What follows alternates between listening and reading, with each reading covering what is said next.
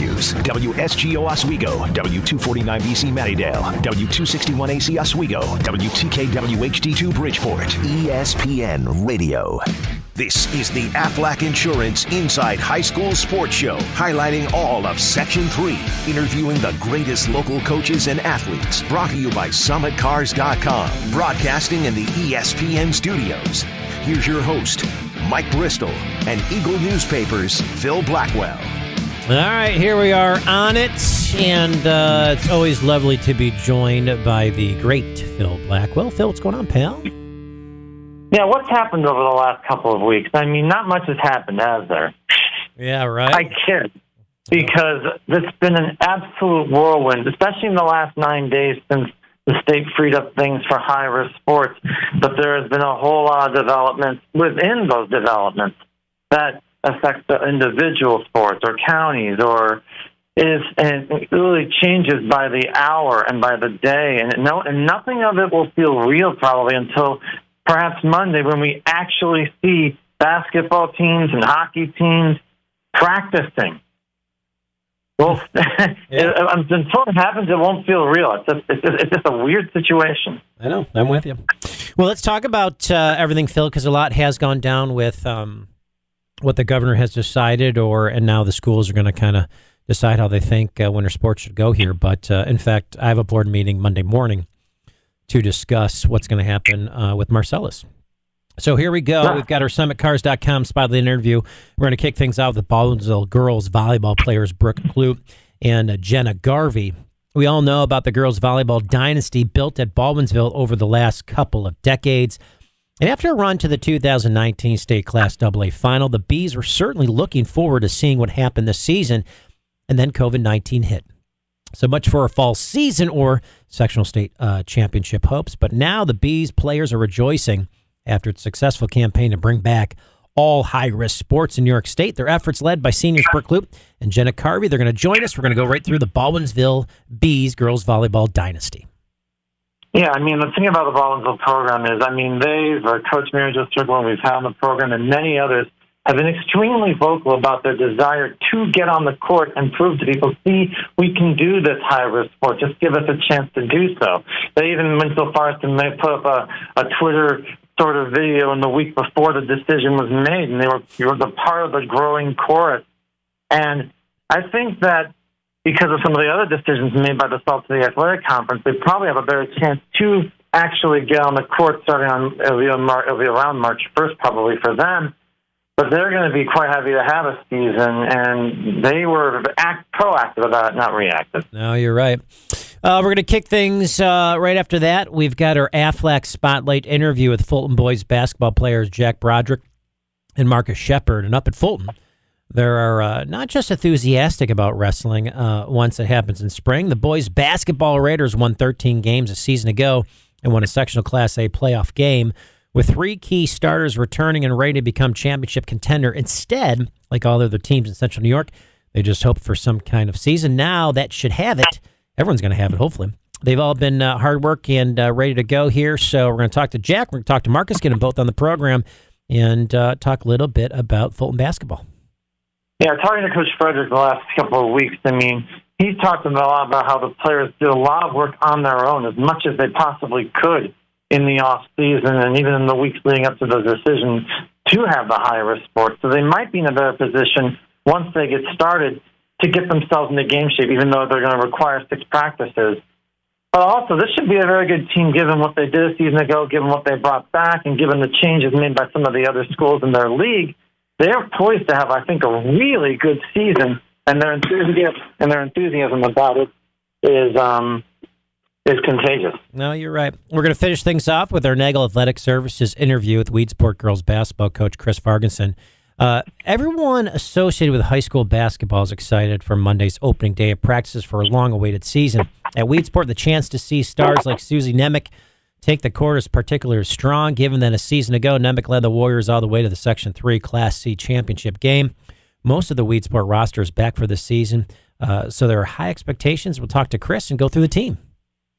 Yeah, Weedsport last year made that great run to the sectional final, and Susie Nemec put up 40 and 50-point games in one stretch of the late in the season, and she's earned a Division II scholarship to Baldwin Wallace. also played field hockey this fall. I mean, a lot of the weed sport athletes were able to play in the fall, whether it was field hockey or some other sports.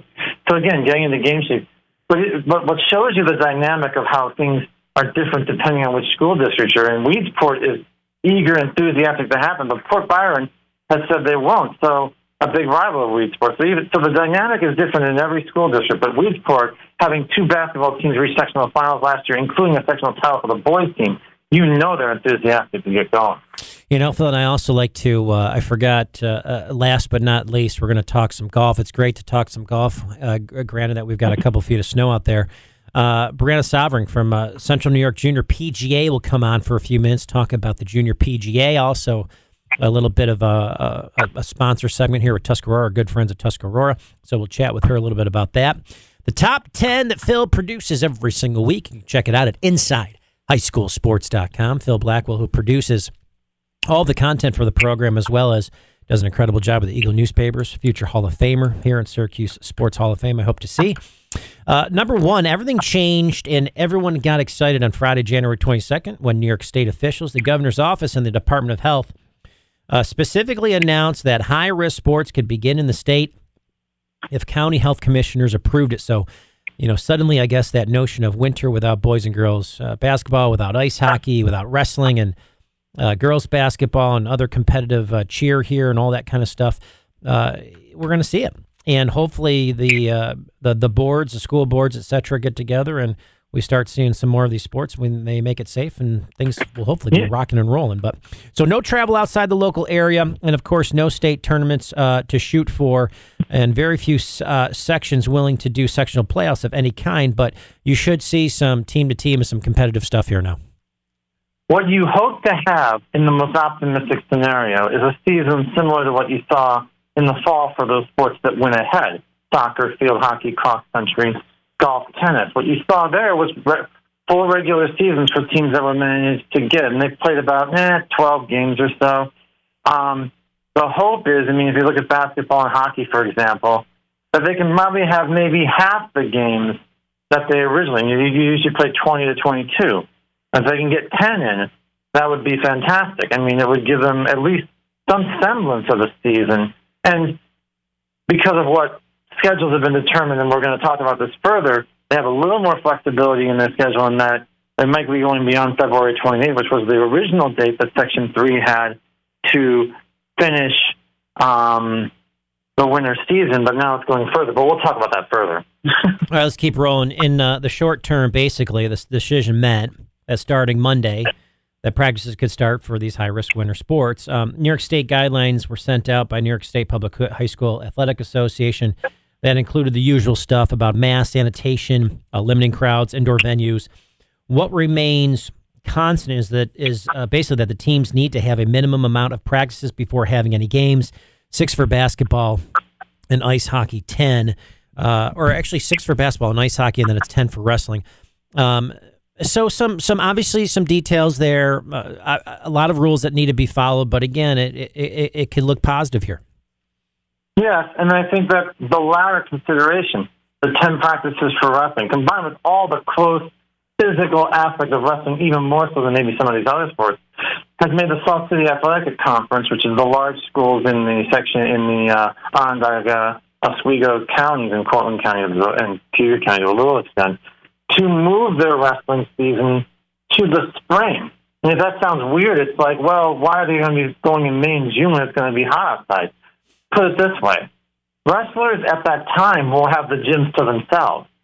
This gives room for the SCAC schools, anyway, to have basketball only in the gyms in February and early March, and then volleyball only during fall season, too. And all those schools play volleyball in the fall, or in the original fall season. So now each sport will have their own time and their ability to space out and beat distance. So I could see this a little bit, even if it might feel unusual that there's a wrestling season in May and June, but without state tournaments, why not have it in May and June? Yeah. New York State Public High School. Choose between sports as well, so that's a whole other story. No. No, Phil's number 3 here in his top 10. New York State Public High School Athletic Association allowed each of the state's 11 sections to set their own schedule for when winter sports would end. Taking that cue, Salt City Athletic Conference schools, basically the larger schools in Onondaga and Oswego counties, plus Auburn and Cortland, decided to push winter sports to March 13th, 2 weeks later than Section 3's previous February 28th end date. Largely, this means teams could get in 4 to 6 more games if the weather holds. Also, fall sports, too, would begin a week later, March 8th. So some good facts there. Also, it says that girls that wanted to play basketball and then volleyball, or if boys wanted to go from any of the winter sports to be rescheduled for the football season, that could happen as well, just at a later date. Phil's number 4 here. Well, go ahead. You can answer. Go ahead. Yep, no, go ahead. Well, there won't be much of an overlap between the two seasons. Right. And I think the most part is gives them more time. If they can have all their 6 practices next week, they can start playing games the second week of February. Yeah. Yeah, ready to go.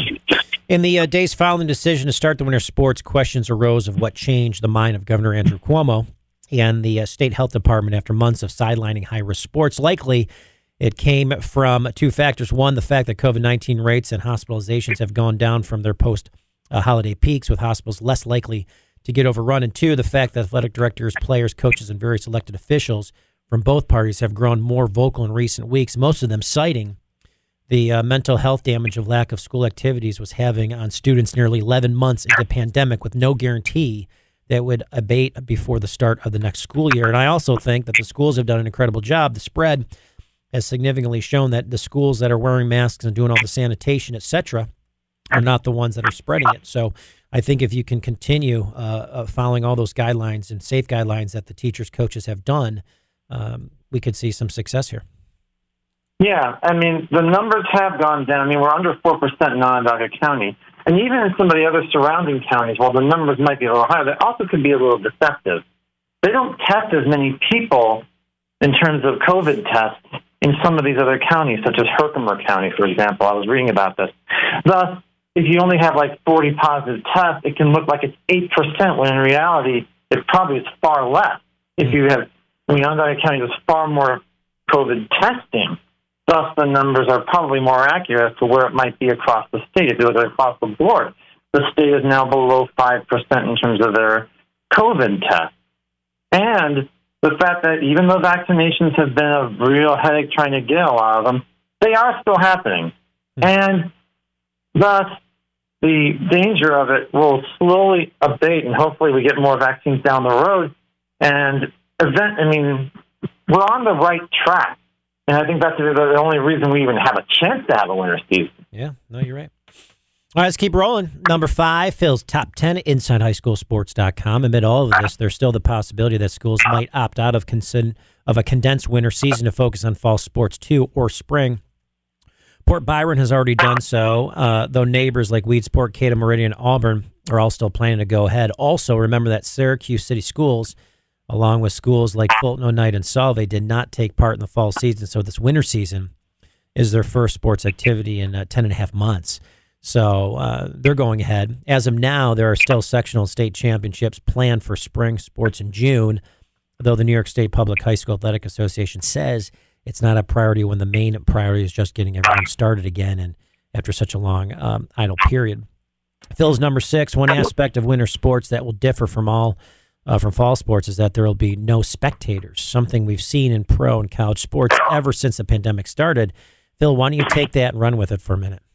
Well, yeah, I mean, even though the counties that immediately are the county, even though County Executive Ron McManus said and allowed that they could have 2 spectators per, which was kind of what they did during the fall season, both the SCAC and the OHSL have decided not to have spectators to try and make sure that they can have the contest safely. But that is their own decision. The county didn't force that issue on them, and McMahon made that very clear.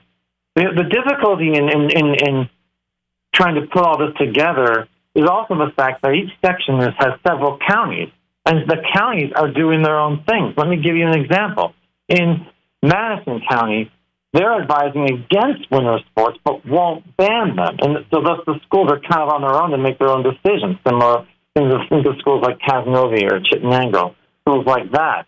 Or Herkimer County has said, because of what I was talking about before, the high rates in their county, they're saying just don't now, not until the rate gets down. But you need to test more people to get the rate down. That's the tricky part. It's the same thing in Section 2 in the Albany area, where one county said go ahead, But the other county said, let's wait till we're below 4%, which is a pretty tough standard to meet if you're not doing a lot of tests. So this is the sort of complications that school athletic directors and school boards, as you know, are all trying to deal with amid this situation, and it makes everything sort of tentative until things really happen. Yeah, no, you're right. Well, all of this, I guess, culminated Thursday with Onondaga County releasing its guidelines on the return to winter sports. It mostly aligned with what the leagues had already agreed to, mandating masks, worn, et cetera. So we've already kind of gone through most of this. As the week went on, in strategies in Central New York diverged here. Syracuse City Schools, who did not compete in the fall, decided to go ahead, given backbone to the Salt City Athletic Conference's early decisions. But further east, reluctant, with Oneida County, officials led Utica, Proctor, and Whitesboro from the Tri-Valley League to opt out, along with Westmoreland. Little Falls and other Herkimer County schools who cited infection rates above the standard. They wanted to see to resume activities. Also, Casanova wanted to bring back ice hockey, etc.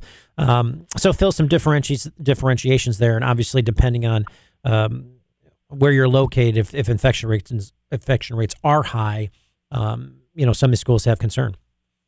But again, infection rates can be high because you're not doing as much testing, because not as many people are sick. Right. Think about it. Yeah. I mean, if people don't feel like asymptomatic testing would probably, in a large scale, which Onondaga County was able to do, obviously pointed to a lower infection rate. But there's not that kind of scale in every county because of their resources. Thus, you might not have a clear picture of what the infection rate really is.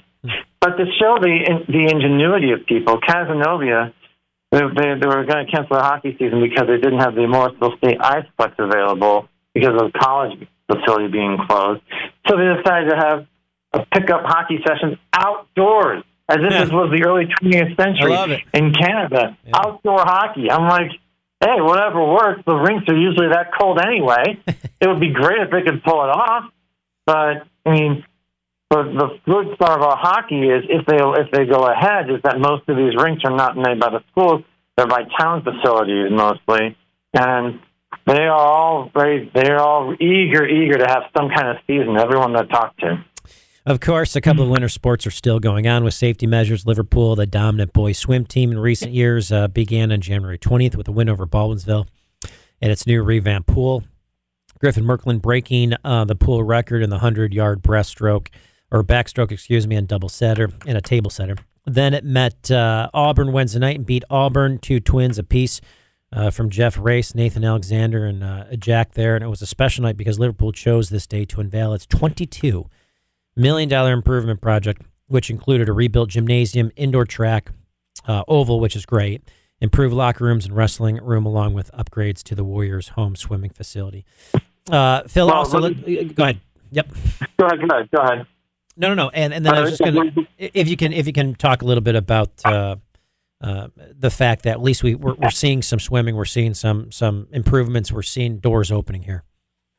Well, and it's like, for example, another school has done pretty well is JDCBA. They're off to a nice start with a couple of victories so far, and they're taking on, I believe, Baldwinsville. I think they're taking on Syracuse today, and Baldwinsville facing CNS. So we're seeing events.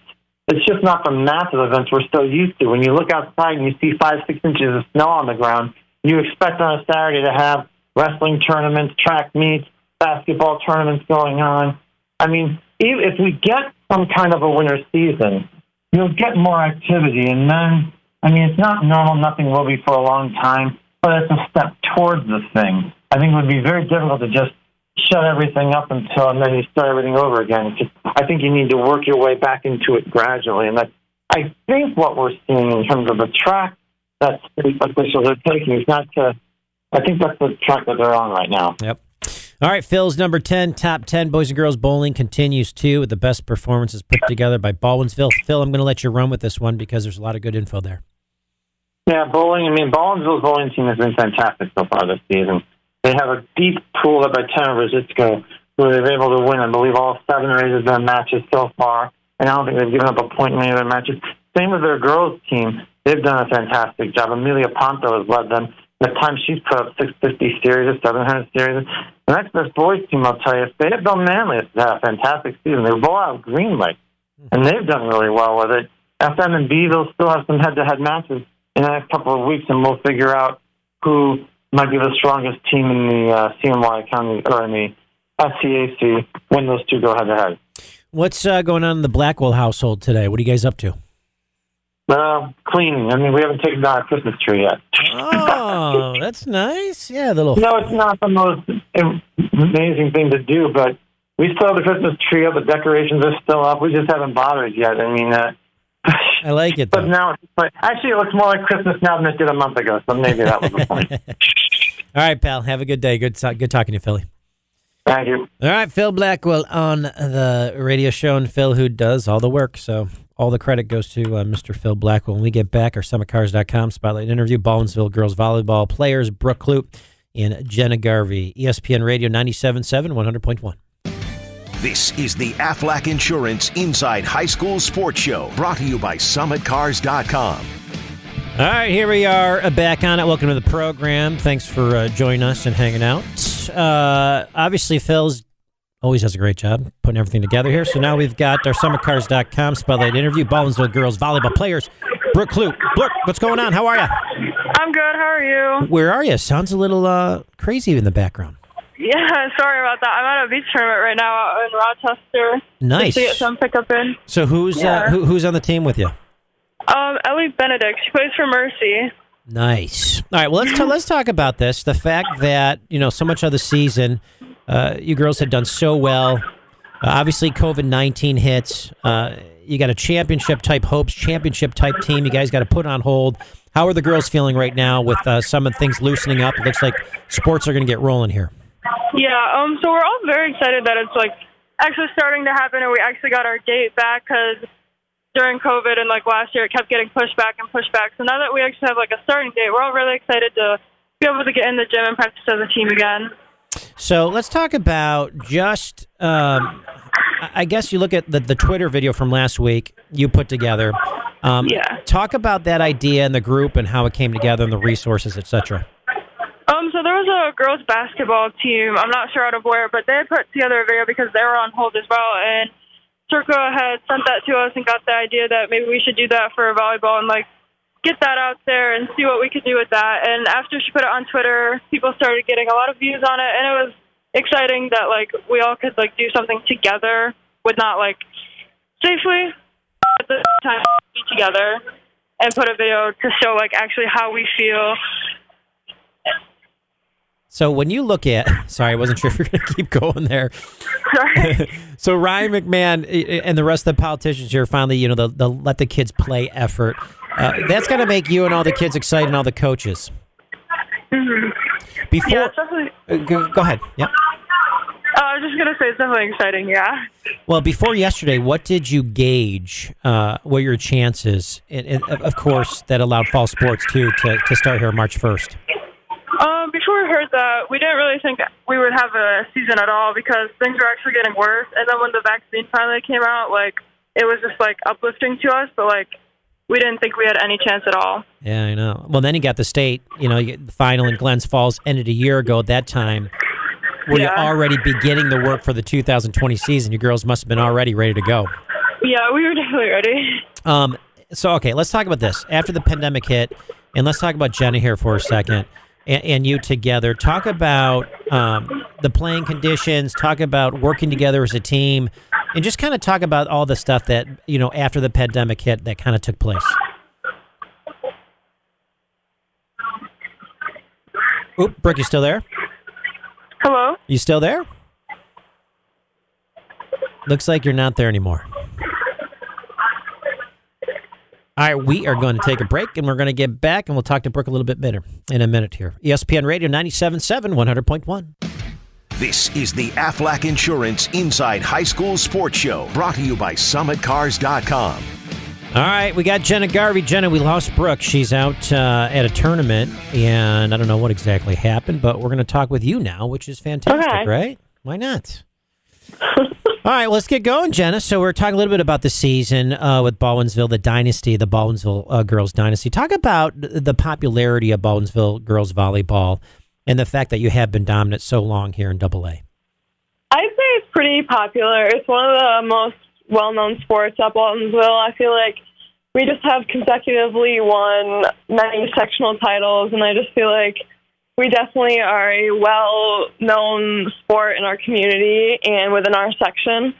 Yeah, that makes sense. It makes sense. When you heard, let's talk about the pandemic. Obviously, everyone's been talking about this. It's been crazy. But when you heard about the high-risk designation, did that surprise you given all the precautions you have to take anyway and that the team has taken and that kind of stuff? Were you guys kind of frustrated with all this? Yeah, for sure. I mean, this is my senior year, so I definitely was frustrated. I was really excited to have a senior year season. So, I mean, coming from, I think, the whole team, we were definitely just frustrated because last year we went to states and it was definitely a great opportunity and everything, and we wanted to repeat that, but it definitely was just frustrating, yeah, for sure. How good is this team this year, and is this a championship team given that you're able to play on time and there wasn't this obviously COVID-19? I definitely feel like we would have been. I feel like if we had more time to prepare, we could have been the same competitive team we had last year. We definitely lost a couple crucial seniors, but we have new players coming on. I feel like they're going to be ready to work hard, and I feel like if we just had more time, we definitely would have been the same. So let's talk about it, just how happy you were. 3 p.m. yesterday, you got the word. High Risk Sports had the okay from the state authorities. How was the team? What were the coaches saying? How did everything kind of come together? I mean, Coach Circle kind of reached out to us, and we were all really excited. I feel like we're going to start trying to play volleyball in the gyms and everything, but I don't know if we're going to have access to them right away. So I think we're just preparing at home by ourselves and just, like, working out and just, like, staying in touch with our team and just getting ready to work hard. Talk about the Twitter video that, you know, Brooke put together and what it meant and how it came together. Well, we just kind of decided to, like, put our word out there. A couple other teams that are local did the same thing, and I feel like coming from our community and everything, it definitely spoke volumes, and clearly it definitely worked. Made a movement happen. Yeah, no question about it. It's pretty incredible what you can do with social media and how you can create a movement and how people jump on board for these positive efforts. All right, so what's going on next year for you? What's obviously your senior season? What's going to happen? School, college? What are you going to study? Are you going to play? What are you going to do? I'm looking at SUNY Geneseo right now, and I'm looking to play volleyball, and I think I'm going to try to major in psychology. Jenna Garvey, you got it all figured out. That a girl. Your parents, your parents must be proud. Well, you and Brooke and the rest of the team, thank you for all the great volleyball you've done for so many years, and we look forward to watching you being able to participate and get going now for your senior season. At least you get some games in, right? Yes, for sure. So be grateful. Absolutely. Well, great to talk to you. Thanks for coming on the program. Thank you. All right. ESPN Radio 97.7, 100.1. This is the Aflac Insurance Inside High School Sports Show, brought to you by SummitCars.com. All right, boys, you there? Boys, you there? Yep, we're here. Can't believe it. So, what was going on with your guys' phone? Your dad buy you a piece of junk phone, Broderick? Is that what happened? Because I'm guessing that's what it is. So we're going to blame this entire thing on your dad. Yeah. Let's get rolling here. So what's going on? Let's talk a little bit about the season. So finally, we've heard some good news. You guys got to be fired up. Yeah, we're unbelievably excited. Just want to thank our superintendent, Mr. Polvino, school board, our principal, Mrs. Parkhurst, and our athletic director, Mr. Ells, for trusting us and letting us play. Look at you. You're all organized. You got all the detail. Are you going to a future politician for you? Or no? Yeah? Maybe. I don't know. Lawyer, politician, which one? I know it's got to be one or the other. I'm history teacher, so maybe a politician. Marcus, what's going on? How are you? Good. How are you? It's good to have you on the program. So you got to be excited too about things here. Oh yeah, I'm beyond excited. Me and Jack and the rest of my teammates have really been preparing ourselves through all of this COVID and stuff. So we're really excited to finally get an opportunity to play. Jack, talk about the boys' basketball Raiders here. 13 games a season ago. You won a sectional Class A playoff game. Really, you guys are a good recipe. Things are working well, and I got to imagine this season was going to be just as exciting. Yeah, we were really excited about this year. We think we can win a lot of games. Last year we had a really good player, Seth Grimshaw, who's gone, but we're returning basically everybody else, and we thought if we had a normal season we could have made a really deep run, but we think we can win a lot of games with the games we're playing right now. Jack Broderick and Marcus Shepard, how long have you two been playing together for? We've been playing. I moved here in 4th grade, and I started playing Fulton youth basketball knee high. And then in 7th grade was really when we started getting after it. Is when I started playing travel with these guys, and then we just built an unbelievable bond, and we've carried it ever since 7th grade. So until now, that's how it works.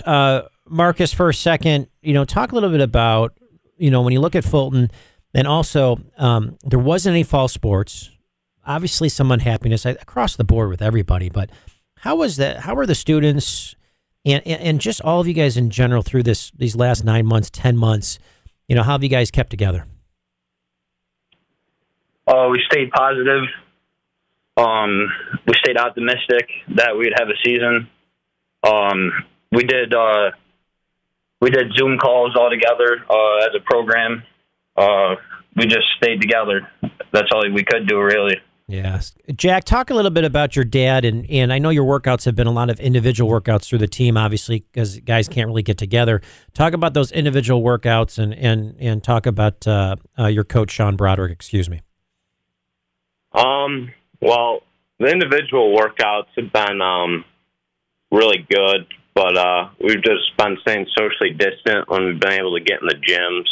And before that, when it was just on Zoom, we had Eric Devendorf we did ball handling workouts with, and our strength guy, Leroy Collins, we did workouts with him. And Coach, my dad, he's been unbelievable throughout this, just keeping us ready with all different things all the guys throughout the program, not just varsity, could do. So everyone's really grateful for that. What did you learn from my boy Easy E from Eric Devendorf? Was there any key that you guys learned or something that was interesting that you didn't think about, or his philosophy?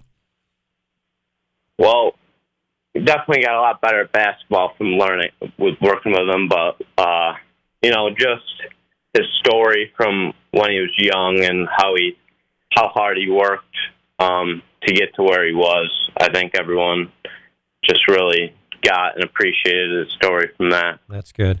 Marcus, let's bounce to you here for a second. As you, I guess, look around at Class A with defending champ CBA moved up to Class AA, were you thinking about a sectional title push this winter? Yes, we were 100%. That's all we've been thinking about growing up, is how as soon as it's our time to shine, that's what we planned on doing, And it's just really, it's just hard on us now that there's no sectionals, but we're still going to go out there and we're going to try to play the best teams that we can play and play them hard and do what we do. No question. You guys have a phenomenal and such a historical wrestling program. And I got to imagine that both you guys, the basketball players, wrestlers, football, there's you guys all got to have some sort of, camaraderie and supporting each other and that kind of stuff. But if one of you guys can kind of just elaborate a little bit on the wrestling program, how dominant that's been as well. Yeah, a lot of those guys are our friends, obviously. They do an unbelievable job of winning in that program. They work unbelievably hard. We see them practice all the time, so it's great to have a team like that in our school. But, yeah, a lot of those guys are our friends, and we root for them all the time. So both you guys, Jack and Marcus, Marcus, the state mandates 6 practices before you have a game. Talk about that. Is that an ideal number? Is that something to even you guys have played together for so long, but, obviously you want more time. You want to get the offense going. You want to, you need more. But I guess you guys have got to be happy at least you get those 6 in so you can start playing some games. Yeah, 6 practices isn't a lot, but we're going to have to make it enough, and we're going to have to go really hard the time that we do have in the gym together, and prepare for our upcoming games. So, talking Fulton basketball with the boys here. Talk about an extended season, Marcus, for a second. With this kind of for both of you guys, and actually Jack too. If they extend the season, it's going to go into other sports that you guys would normally be playing. Oh yeah, I play football. So if basketball carries over into that, I'll just keep playing basketball, and then I'll just have to transfer over to football as soon as it's done, or however they do it. I'm not sure yet. Yeah, but just keep your hoop game going. Yeah, I just play basketball, but basketball is the first sport that we're playing at Fulton, so we want to lead and make sure that the other sports can play too.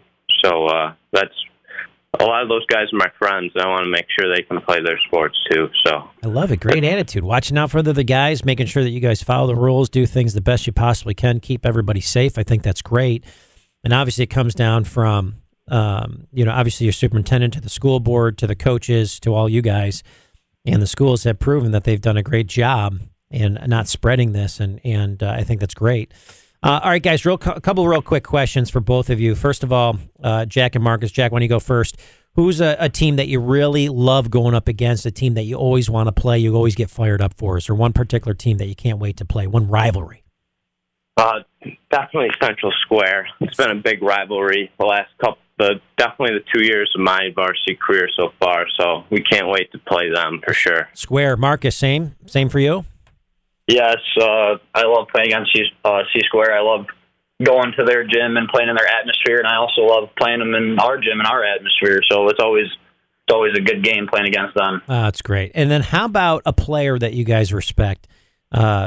Someone that you guys love going up against, one of you guys, I don't know, depending, or is there someone that you always play against that you're like, man, I can't stand guarding this guy. He's so good, but I love the competitiveness. Jack, who do you got? Guy for ESM, Moscato Buffalo. He's a really good player. He's given us trouble the last couple of years, but we were really excited to play against him for sure. You going at him? I like it. Marcus, how about you? Is there any player, somebody that you're like, yeah, I just want to check this guy. I got to shut this guy down. For me, it'd probably be Peyton Shumpert.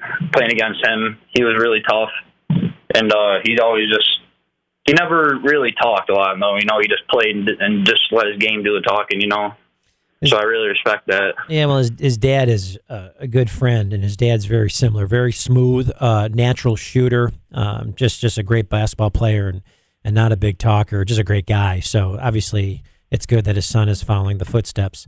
Guys, what's next for you two? I mean, after basketball season, let's talk about, college, talk about studying. What do you guys want to do? Jack, what do you want to do? I'm going to Nazareth. Great school. Play basketball. Yep. I want to study teaching, education, be a history teacher. You're talking about that. So give me a quick, something that you'd love to teach about. You're talking about history. What's your favorite? Is there certain moments in time, certain historical events that have taken place that you're like, wow, this is just incredible? Or is it all of history? I like all of history, but definitely U.S. history is my favorite. And I've been taking a World War II class this semester, so that was really fun for me, getting in depth of that and learning all the different things that happened during that time. So that was really cool for me. Really interesting. Marcus, how about you? I'm still deciding where I want to go to school. I have a couple options to go play basketball and some football. I plan on studying business, majoring in business. Not sure what yet. but I'm still figuring it out. All right. Well, boys, you guys are a great job doing this interview. Thank goodness that the phones held on. I don't know what was taking place there, but it's good to get you both on. And tell your dad I said hello. Great job. You guys are doing exciting stuff here at Fulton. Hopefully we see some basketball and you guys can get some wins.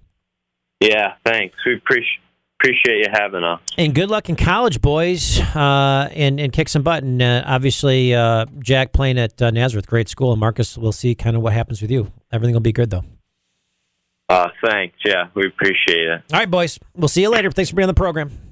Yep, thank you. Fulton boys basketball here on the program, broadcasting here ESPN Studios, presented by SummitCars.com. We'll be right back. ESPN Radio 97.7 and 100.1. This is the Aflac Insurance Inside High School Sports Show, brought to you by SummitCars.com. All right, it's good to have the boys on quick, and sorry about that. Sometimes we have some technical difficulties, and now we're good to go. So, Chris Vargason, what's up, Chris? How are you? I'm very good. How about you? Well, it's good to have you on. I'm glad Phil lined this up. Tuscarora Golf Club is a great sponsor here of the Inside High School Sports Show, good partner of ours, and obviously, I know that we've got you on with our NEG Athletic Services interview with our Weedsport girls basketball coach, Chris Vargason. So I tried you a little bit earlier. It's good to have you on. When we start looking at, obviously, Governor Cuomo, how things have come down, you've got to be excited that finally we can see some basketball and some sports here. I'm very excited for the kids, and not just our kids, but all kids. You know, every school district that's wanted to get involved with the high-risk sports, they're all excited. They're ready to go, and we're excited and we're ready to go. So. Well, last Friday afternoon, obviously, the word of the state decision, high-risk sports, came out. It must have been exciting reaction, intense reaction for you and the players.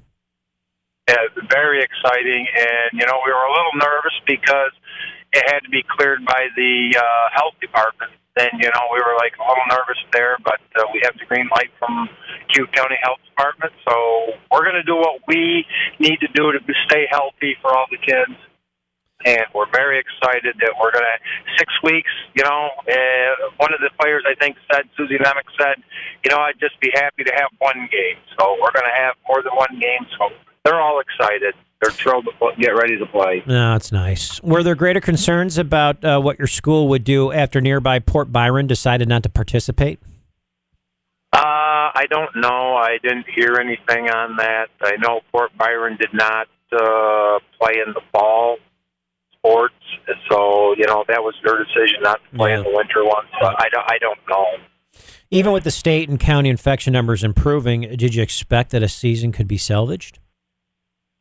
Well, I was getting very nervous because we were getting closer to that. You know, we looked at, hey, January set forth as what we were looking at, and then it was like mid-January. Now we're creeping towards February. The window was just shrinking, and I was getting very nervous that we weren't going to have anything. But I'm very happy that we're having something. Well, when last season ended, was there even a chance to plan for this season, given that the pandemic, you know, struck so soon after the sectional final? Well, I mean, if you look back in March, and everyone was in the same thinking mode, was, you know, we're going to shut down for a couple of weeks, and we'll get through this. And then 2 weeks, like one of the kids said, 2 weeks grew into 10 months. And, you know, it is what it is. We're glad to get back to a season of some sort. So as a coach, it's got to be fun to do some of the recruiting stuff. Susie Nemick managed to go through her recruiting cycle and chose Baldwin Wallace. What was the process like with the usual stuff to do? Well, it was a little bit, you know, Baldwin Wallace has been in contact with Susie since she was in ninth grade at the AAU circuit. They've been talking to her right along. So I think Susie shows Baldwin Wallace was a great fit for academically and to play ball. She's going to a tremendous program there. So I'm very, very excited for Susie to go there. We're talking a little bit about some Chris Vargason about what Weedsport girls basketball. You look at some of your players were able to compete in the fall in field hockey, some other sports. How valuable will that be for preseason conditioning? It's got to be big. Oh, that's huge that they had an opportunity to play the fall sports. And fall sports ended back in October, so, most of them been away from the court for quite a while. We have had an opportunity to get in the gym a little bit and do some ball handling stuff and some mic and drill and a few little things. But,